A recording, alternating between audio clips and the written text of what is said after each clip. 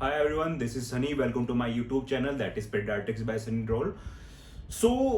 Today our topic is features of a pre term baby. मतलब क्या क्या ऐसे फीचर्स होते हैं जिससे हम आइडेंटिफाई कर सकते हैं कि बच्चा प्री टर्म है या फिर पोस्ट टर्म है या फिर टर्म है।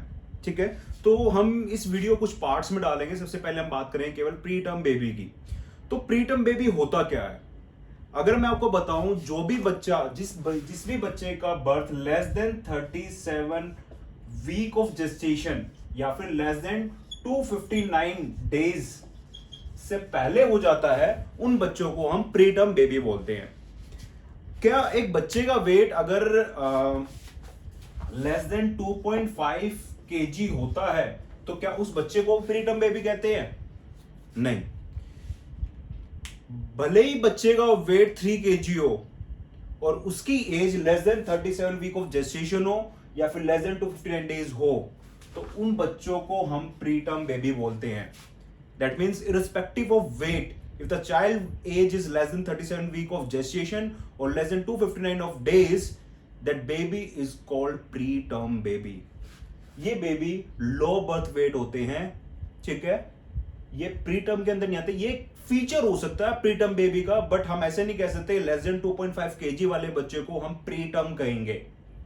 उनको लो बर्थ वेट बेबी बोलते हैं या फिर IUGR। ओके, अगर हम इसके बात करें फीचर्स की, तो सबसे पहला जो फीचर होता है एक प्रीटर्म बेबी का, वो होता है उसकी लेंथ। अगर बच्चे की लेंथ लेस देन 47 सेंटीमीटर है तो हम उन बच्चों को बोलेंगे प्रीटर्म बेबी।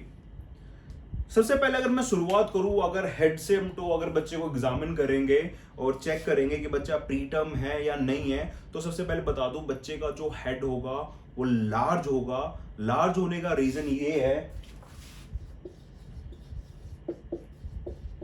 क्योंकि जो उसके सूचर्स लाइन है, सूचर्स लाइन क्या होते हैं, जो स्कैल्प होता है, ठीक है, उसके बीच में क्या होता है, दो बोन ये सब अलग अलग होती हैं। ठीक है, ये इसलिए होती है ताकि बच्चा इजीली डिसेंट हो जाए ड्यूरिंग डिलीवरी, ताकि मोल्डिंग हो जाए, एक बोन दूसरी बोन के ऊपर ओवरलैप हो जाए और हेड सर्कमफ्रेंस थोड़ा कम हो जाए। ठीक है, तो ये जो सूचर लाइन होगी means that's gap between the two bone is wide. वो ज्यादा दिखाई देंगे आपको, फॉन्टले ज्यादा बड़े दिखाई देंगे, जिसकी वजह से हेड जो होगा लार्ज होगा। अब एक चीज मैं आपको बताऊं, बच्चे का हेड तो लार्ज होगा बट फेस स्मॉल होगा। स्मॉल फेस लार्ज हेड, तो बच्चा कुछ ऐसा अपीयर होगा।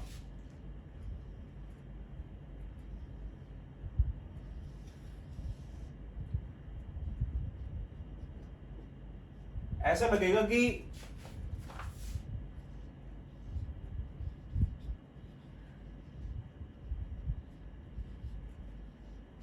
This is the widely space sutures and large fontanelle. ऐसा लगेगा कि बच्चे का मंकी फेस है। मतलब ये मैं थोड़ा सा अगर इसको थोड़ा सा और ऐसे करूं तो ऐसा होगा बच्चे का फेस, क्योंकि यहां के जो हमारे फैट है जिनको हम बोलते हैं बक्कल फैट, वो कम मिलेंगे। अगर एक बच्चा less than 37 week of gestation पर होता है, आपको पता है कि अगर मैं एक प्रेगनेंसी को डिवाइड करूं तो 3 उसमें पोर्शन में डिवाइड होती है, first term, second term, third term. इन तीनों टर्म के अंदर अलग अलग तरह से वेट गेन होता है। फर्स्ट टर्म के अंदर 1 केजी होता है, सेकंड टर्म के अंदर 5 केजी और थर्ड टर्म के अंदर 5 केजी। बट अगर मैं इन तीनों के अंदर बताऊं तो सबसे ज्यादा वेट गेन होता है यदि थर्ड ट्राइमेस्टर। तो थर्ड ट्राइमेस्टर में सबसे ज्यादा वेट गेन होता है, इसका मतलब सबसे ज्यादा फैट डिपोजिशन होता है। अगर बच्चा कंप्लीट थर्ड ट्राइमेस्टर नहीं कर पाता है, means till 37 week of gestation तक वो अगर नहीं इंट्रा यूट्राइन लाइफ मतलब मदर वूम के अंदर नहीं रह पाता है, तो उस बच्चे के अंदर फैट कम होगा और बक्कल फैट कम मिलने की वजह से बच्चे का फेस लगेगा जैसे मंकी फेस। नेक्स्ट अगर मैं बात करूं तो बच्चे का लार्ज हेड होगा और फेस होगा स्मॉल। अब आते हैं बच्चे के ईयर्स पर। बच्चे के जो कान होंगे, मतलब जो ईयर होंगे, वो क्या होंगे, वो काफी सॉफ्ट होंगे और पिंकिश होंगे। एक्चुअली क्या होता है कि हमारे जो ईयर होते हैं इसमें कोई बोन नहीं होती, ये बना होता है कार्टिलेज का। कार्टिलेज जो इजीली रिकॉइल हो जाए, मतलब मैं अगर अपने ईयर को ऐसे घुमाऊं और छोड़ूं तो वापस से अपनी शेप पर आ जाती है with the help of cartilage. But जो एक प्री टर्म बेबी होता है उसके अंदर कार्टिलेज उतनी अमाउंट में नहीं बन पाते हैं, जिसकी वजह से आपको ये ग्रूव दिखाई दे रहे हैं हमारे ईयर्स के अंदर। हमारे ईयर्स के जो ग्रूव होते हैं, जैसे कि आप इमेज में देख रहे हो, ये ग्रूव वेल ग्रूव्ड होते हैं due to the well cartilage, मतलब उसके अंदर कार्टिलेज की कमी नहीं है, तो ये अच्छे ग्रूव्ड होते हैं और इजीली रिकॉइल हो जाता है। अगर हम इनको घुमाएंगे, अगर इनको हम ऐसे घुमाएंगे तो ये इजीली रिकॉइल हो जाएंगे।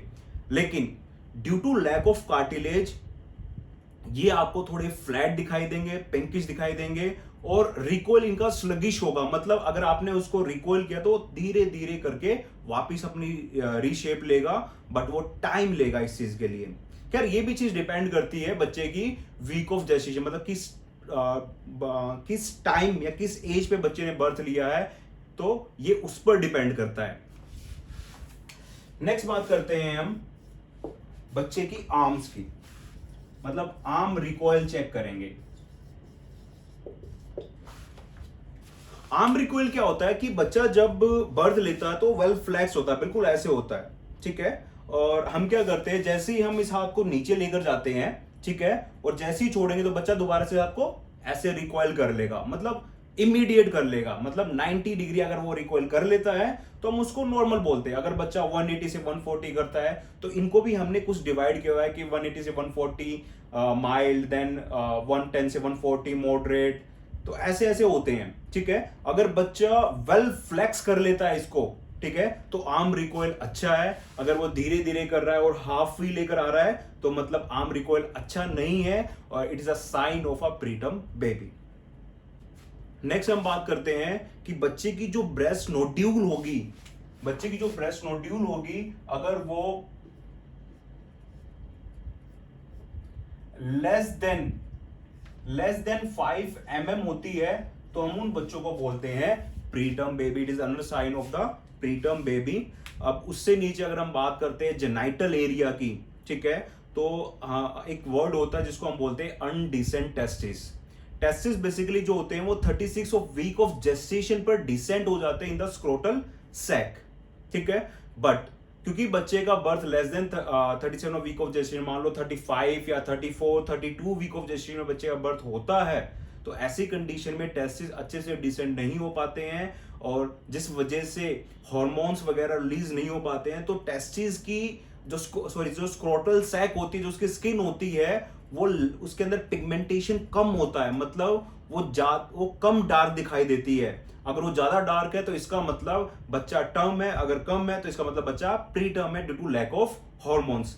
सेकंड थिंग कि जो इसमें ग्रूव्ड होते हैं, ठीक है, वो ग्रूव्ड बहुत कम दिखाई देंगे, ठीक है, उनको बोलते हैं हम रिगोसिटीज बहुत कम दिखाई देंगी, जिसकी वजह से हम आइडेंटिफाई करते हैं कि बच्चा प्री टर्म है या फिर टर्म है।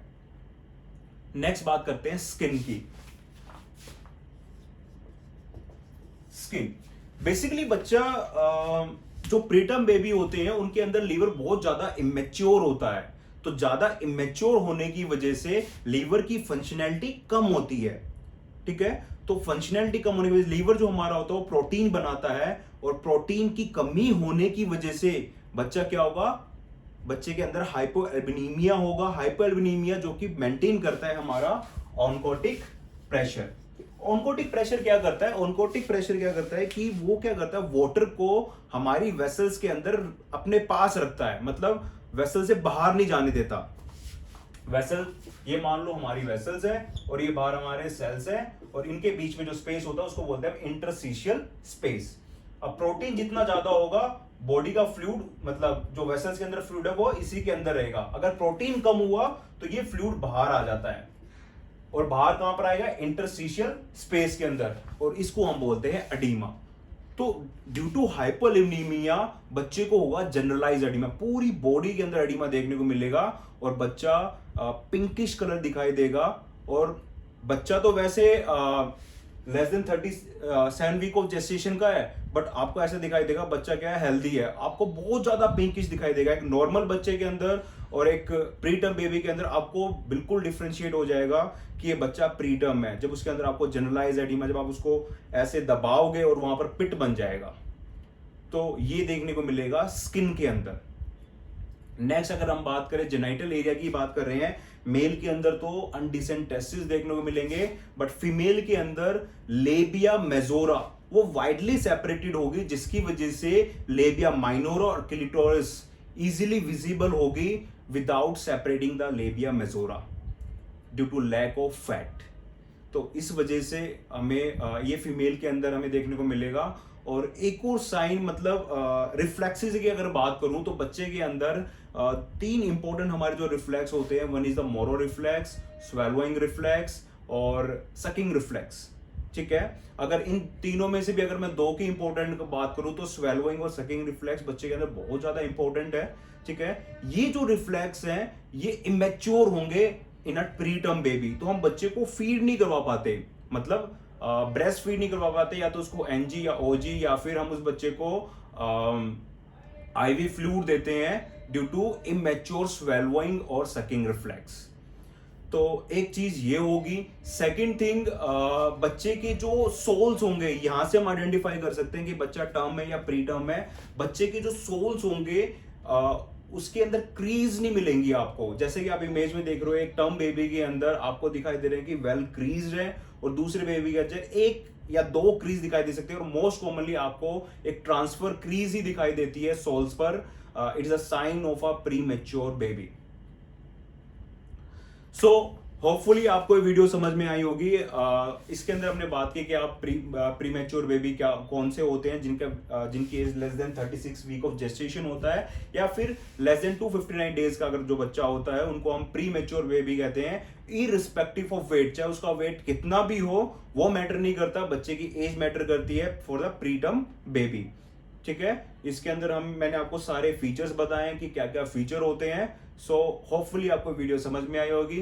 सो thank you so much, bye.